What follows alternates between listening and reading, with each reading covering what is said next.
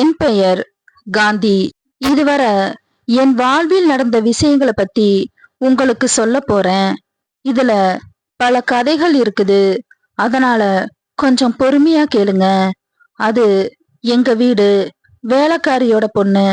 இந்த கதை நடந்தது நான் படிக்கும்போது. அந்த பொண்ணு என்னை விட பெரியவ. எனக்கு அப்போதுதான் பல விஷயங்கள் கொஞ்சம் கொஞ்சமா தெரிய ஆரம்பிச்சுது.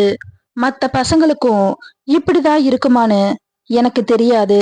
ஆனா எனக்கு அப்படிதான் இருந்துச்சு. அவ அம்மா கூட வந்து வீட்டு வேலை செய்வா, வீட்டை கூட்டி தொடப்பா. வீட்டுல பொதுவா நான் மட்டும் தனியா தான் இருப்பேன். என் வீட்டுல அப்பா அம்மா வேலைக்கு போயிடுவாங்க. எனக்கு நிறைய லீவு கிடைக்கும். அதாவது நான் நிறைய லீவு போடுவேன். அவ என் வீட்டுல வேலை பார்க்கும்போது ஃப்ராக் தான் போட்டிருப்பா. கருப்பி, நல்ல கருப்பா இருப்பா. ஒரு நாள் என் வீட்டுல அவளும் உங்க அம்மாவும் படுத்திருந்தாங்க. நாங்களும் அன்னைக்கு படுத்து தூங்க ஆரம்பிச்சோம். எனக்கு பாத்ரூம் வர எந்திரிச்சேன். அப்போ அவ நல்லா தூங்கிட்டு இருந்தா. அத பார்த்து எனக்கு ஒரு மாதிரியா ஆயிடுச்சு. அத நினைச்சுக்கிட்டே படுத்திருந்தேன். அடுத்த நாள்ல இருந்தே அவ கூட்டும் போதும் பெருக்கும் போதும் பாப்பேன். என் ரூமுக்கு கூட்டிட்டு வருவா. அவளும் அத பாப்பா. நான் போயிட்டு கதவு மூடிப்பேன்.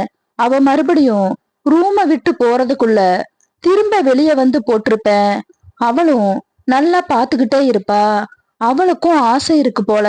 அதனால நான் திரும்பி வர வரைக்கும் அங்கேயே இருந்து பாத்துட்டு இருப்பா. நாள் போக போக நல்லா பழக ஆரம்பிச்சோம். அவ சும்மா எங்க வீடு ட்ரெஸ்ஸிங் டேபிள்ல வந்து தலையில எண்ணெய் வைக்கிற மாதிரி நின்னு என்ன பாத்துட்டு இருப்பா. அதுவே பழக்கமா ஆரம்பிச்சுது. ஒரு நாள் அப்படி பேசுறப்போ எங்க அப்பா வண்டி சத்தம் கேட்டுச்சு. ஜஸ்ட் மிஸ், இல்லைனா அப்பவே பாத்துட்டு இருப்பாரு. அவ உடனே வெளியே ஓடிட்டா. நான் உள்ளுக்குள்ளேயே இருந்தேன். அதன் பின் என்னன்னே தெரியல. ஒரு பயத்துல அவ என்கிட்ட பேசுறதே இல்ல. நானும் பெருசா அதை கண்டுக்கல. இப்படியே என் வாழ்க்கை போச்சு. ஆனா என் ஆசை மட்டும் நாளுக்கு நாள் வளர்ந்துகிட்டே போனது. கல்லூரிக்கு செல்ல ஆரம்பிச்சேன். ஆனா ஆசை அதிகரிச்சதே தவிர நான் எதுவும் செஞ்ச பாடு இல்ல. அதன் பின் முகநூல்ல ஒரு நாள் நோண்டிட்டு இருக்கும்போது ஒரு பெண்ணுடன் பழக்கம் ஏற்பட்டுச்சு. முதல்ல நல்லா பேச ஆரம்பிச்சோம். நாட்கள் நகர நகர இருவரும் நல்ல நெருக்கமா பேசிக்கிட்டு இருந்தோம். நேரம் போறதே தெரியாது. ஒரு கட்டத்துல இருவரும் சேட் செய்யாம இருந்ததால போர் அடிச்சிடும். அப்படி இருந்தது. அவளுடன் ஒரு நாள் பேசலைனா ஒரு மாதிரியா இருக்கும். அவளுக்கும் அப்படிதான் இருந்தது போல.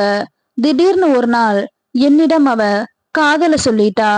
எனக்கும் அவ இல்லாம ஒரு வெற்றிடம் ஏற்பட்டுச்சு. அப்படிதான் எனக்கும் இருந்தது. இது காதல் தானே நினைச்சு சம்மதம் சொல்லிட்டேன். நல்லா சேட் செஞ்சுட்டு இருந்தோம்.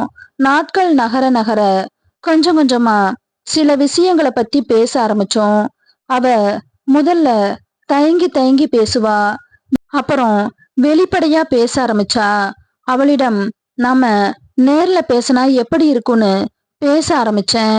இருவரும் போன்லயே பேசிட்டு இருந்தோம்.